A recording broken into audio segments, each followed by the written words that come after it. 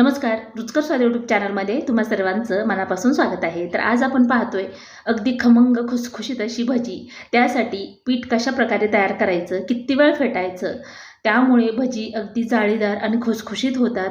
आणि पिठाचं प्रमाण कसं असलं पाहिजे, त्यामुळे भजी आतमध्ये गच्च होणार नाहीत किंवा जास्त वेळ ठेवली तर घशामध्ये अडकल्यासारखे होणार नाहीत खाताना. आणि एक म्हणजे इथं खाण्याचा सोडा अतिशय कमी प्रमाणात लागतो, त्यामुळे भजी चवीला भन्नाट अशी होतात. तेलात भजी सोडली की बुडाला किंवा तळाला न जाता ती पटकन अशी वरती आली की समजायचं आपलं पीठ एकदम परफेक्ट झालेलं आहे. त्यामुळे भजीसुद्धा चवीला भन्नाट अशी होतात. आणि जास्त खाण्याचा सोडा भजी फुलण्यासाठी टाकला तर ती भजी चवीला व्यवस्थित होत नाहीत. त्यामुळे ही रेसिपी ट्राय करा. येईन त्या पाडव्याला तर नक्कीच बनवा. तर व्हिडिओला लाईक आणि चॅनलला सबस्क्राईब करायला बिलकुल विसरू नका. चला तर आपण रेसिपीला सुरुवात करूयात. पण ही भजी जी आहे ती अतिशय चवीला मस्त होतात. इथं मी 3 कांदे, 1 मुठी कोथिंबीर आणि 7 ते 8 हिरवी मिरची घेतलेली आहे. तुमच्या आवडीनुसार हिरवी मिरची कमी जास्त करू शकता. इथं मी अर्धा चमचा धने, अर्धा चमचा जिरे, 5-6 लसण पाकळ्या आणि 4 हिरवी मिरची याचं आपण एक वाटण ओबडधोबड करून घेणार आहोत. तर इथं चांगले गच्च असं दाबून 2 वाटी बेसनपीठ घेतले. 200 ते 250 ग्रॅम हे बेसनपीठ होतं. तर इथं पाण्याचं सुद्धा प्रमाण व्यवस्थित सांगितलेलं आहे. हे बघा, हे अशा प्रकारे दाबून 2 वाटी बेसनपीठ घेतलेलं आहे. 4 ते 6 व्यक्ती याच्यामध्ये आरामात खाऊ शकतात. तर इथं फुल भरून 1 वाटी पाणी घेतले. ते पूर्ण टाकून घेऊया. याच्यानंतर किती पाणी लागतं हे मी तुम्हाला व्यवस्थित सांगते, जेणेकरून भजी जी आहे ती बिलकुल फसणार नाहीत किंवा तेलकट होणार नाहीत. आता हे व्यवस्थित मिक्स करून घ्यायचं आहे आपल्याला. हे पीठ व्यवस्थित आपल्याला मिक्स करून घ्यायचं आहे. याच्यामध्ये गुठळ्या वगैरे पिठाच्या राहिल्या नाही पाहिजे. तर एकजीव होईपर्यंत हे पीठ आपल्याला मिक्स करून घ्यायचं आहे. आणि जोपर्यंत हे पीठ हलकं होत नाही तोपर्यंत ह्याला फेटून घ्यायचं आहे. त्यामुळे याच्यामध्ये खाण्याचा सोडा जास्त टाकायची गरज पडत नाही. भजी तेलात सोडल्याबरोबर तेलामध्ये बुडाला न बस तेलावरती तरंगतात.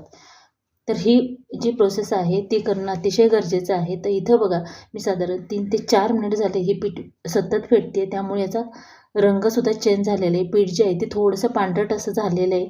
तर अशा प्रकारे करून घ्यायचं आहे. अगदी चुटकीभर हळदी पावडर, पाव चमचा ओवा, अर्धा चमचा मीठ, धने आणि जिरे जे कुटून घेतले होते त्याचंही वाटण, आणि जी आपण हिरवी मिरची कुटून घेतली, लसण आणि हिरवी मिरची तेही याच्यामध्ये टाकून घेऊया. इथं असे थोडेसे मोठे आकारामध्ये हे कांदे कट करून घेतलेत, तेही टाकून घेऊयात. हे बघा, अशा प्रकारे खूप बारीक कांदा कट करायचा नाही. अर्धी वाटी कोथिंबीर, हे सर्व टाकल्यानंतर हे व्यवस्थित मिक्स करून घ्यायचं आहे. तर आपण 1 वाटी पाणी टाकलं होतं, तेवढ्यामध्येच हे पीठ अतिशय व्यवस्थित झालेलं आहे. इथं पाण्याचं प्रमाण प्रत्येक वेळी मी व्यवस्थित सांगते, त्यामुळे ही रेसिपी तुमची बिलकुल फसणार नाही. बनवल्यानंतर कमेंटमध्ये सांगायला मला बिलकुल विसरू नका. तर हे बघा, एकदम व्यवस्थित हे मिक्स करून घेतले. आता थोडंसं पीठ जे ते चेक करायचं आहे. मीठ, हिरवी मिरची याच्यामध्ये टाकून घेऊया.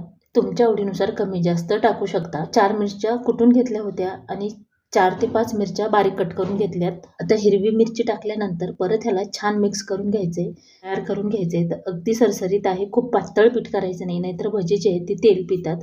हे भजी इतके मस्त होतात चवीला. अगदी चुटकीभर लाल तिखट टाकलेलं आहे, चव चांगली लागावी यासाठी.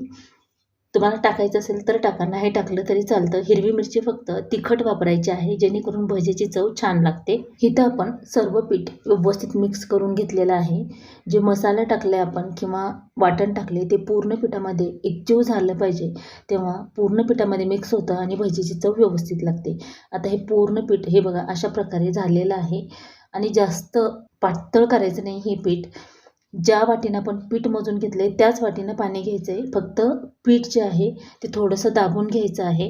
परत एकदा मीठ जे आहे ते चेक केलेलं आहे. अगदी थोडंसं कमी वाटते, त्यामुळे अगदी पाव चमचा मीठ मी इथं टाकलेलं आहे. पाव चमच्यापेक्षा थोडंसं कमी. तर परत ह्याला फेटून घेऊया. मीठ जर भजीमध्ये व्यवस्थित असेल तरच त्या भजीची चव छान लागते. तर अशा प्रकारे फेटून घेतल्यानंतर जेव्हा आपण तेल गरम करायला बाजूला ठेवलेलं आहे त्याच्यामध्ये एकच 2 भजी टाकून घ्यायचे आणि ते चेक करायचे व्यवस्थित फुलतात का किंवा मीठ वगैरे बरोबर आहे का. एकदम लगेच पीठ तयार लगेचच तेलामध्ये सोडायचे नाहीत भजी. काय होतं तर मिठाचं प्रमाण कमी जास्त ते कळतं. तर मीठ बरोबर झालेलं आहे. तर अगदी पाव चमच्याला सुद्धा कमी एवढा खाण्याचा सोडा मी इथं वापरला. अगदी 2 ते 3 चुटकी खाण्याचा सोडा घेतलेला आहे. त्यामुळे काय होतं, आपली भजी चवीला खमंग होतात. सोडा जर जास्त घातला तर ते मध्ये लालसर होतात किंवा खूप जर फुलले तर ते व्यवस्थित चवीला सुद्धा लागत नाहीत. अशा प्रकारे तयार करून घ्यायचं आहे. इथं मी थोडंसं कडकडीत 2 चमचे तेल टाकून घेतलेलं आहे आणि परत सोडा आणि तेल याच्यामध्ये मिक्स करून घ्यायचं आहे. इथं आपलं पीठ तयार करून झालेलं आहे. गरम करून घेताना मीडियम गॅसवरच तेल गरम करून घ्यायचं आहे. फास्ट गॅसवर भजी तळायला घ्यायची नाही, तर मोठ्या गॅसवर मीडियम करूनच हे भजी तळून घ्यायचेत. की ट्राय करा. तर इथे मी थोडीशी पसरट कढई घेतलेली आहे, त्यामुळे तर पीठ परफेक्ट झाल्यामुळे भजी जी बघा आपोआप पलटली जातात. आतून अगदी सुरेख जाळी येते. त्या पाडव्याला किंवा नाश्त्यासाठी तुम्ही अशा प्रकारे भजी बनवू शकता. चवीला अतिशय भन्नाट अशी होतात आणि करायला अतिशय सोपी आणि झटपट होणारी रेसिपी आहे. खालची बाजू थोडीशी तळल्यासारखी वाटली की लगेचच आपल्याला हे पलटून घ्यायचे आहेत. तर ह्याला सतत हलवून घेऊन आपल्याला हे तळून घ्यायचे आहेत. असेच सोडून द्यायचे नाही, त्यामुळे कलर जो आहे ते एक बाजू डार्क एक बाजू फेंट अशी होते. तर सारखी भजी जर पाहिजे असतील किंवा व्यवस्थित तळलेली पाहिजे असतील तर ह्याला सतत हलवून घेऊन आपल्याला हे तळून घ्यायचे आहेत. तर भजी तळताना बिलकुल गडबड करायची नाही किंवा फास्ट गॅस करून भजी तळून बिलकुल घ्यायची नाहीत. तर मोठ्या गॅसवरच मीडियम करून ही भजी तळून घ्यायची आहेत. तर हे बघा सतत हलवून घेऊन बऱ्यापैकी भजी तळलेली आहेत. याचा रंगसुद्धा सुरेख आला आहे, बिलकुल चेंज वगैरे झालेला नाही. तर आता आपण ही भजी काढून घ्यायची आहेत. आता आपण ही भजी काढून घेऊया आणि काढताना सर्व भजी जो मोठा झारा असतो त्याने काढून घ्यायचे आहेत. आणि जर का तुम्हाला वाटलं याच्यात तेल वगैरे राहील तर मीडियमपेक्षा थोडासा मोठा गॅस करायचा आणि पटकन ही भजी काढून घ्यायची, म्हणजे एक्स्ट्रा ऑइल याच्यामधलं निघून जातात. बिलकुल तेलकट वगैरे झाली नाही, अतिशय कोरडी आणि इतकी खमंगन खुसखुशीत होतात ही भजी. तेलाच्या बाहेर काढल्याबरोबर बघू शकता अतिशय कोरडी आणि किती मस्त दिसतात. दिसायला सुद्धा सुरेख दिसतात आणि चवीला तितकेच भन्नाट होतात. प्रकारे सर्व भजी आपण तयार करून घेऊया. तर आपली भजी तयार करून झाली. तर बघू शकता गरम भजी आहेत, मी तुम्हाला तोडून सुद्धा दाखवते. अगदी परफेक्ट आणि मस्त ही भजी झालेली आहेत, अगदी खुसखुशीत असे. तर बघू शकता बिलकुल तेल नाही याच्यामध्ये आणि दिसायला सुद्धा किती मस्त दिसत आहेत. तर अशा प्रकारे एकदा नक्की ट्राय करा. सण असो की नाश्त्यासाठी अशा प्रकारे भजे नक्की ट्राय करा.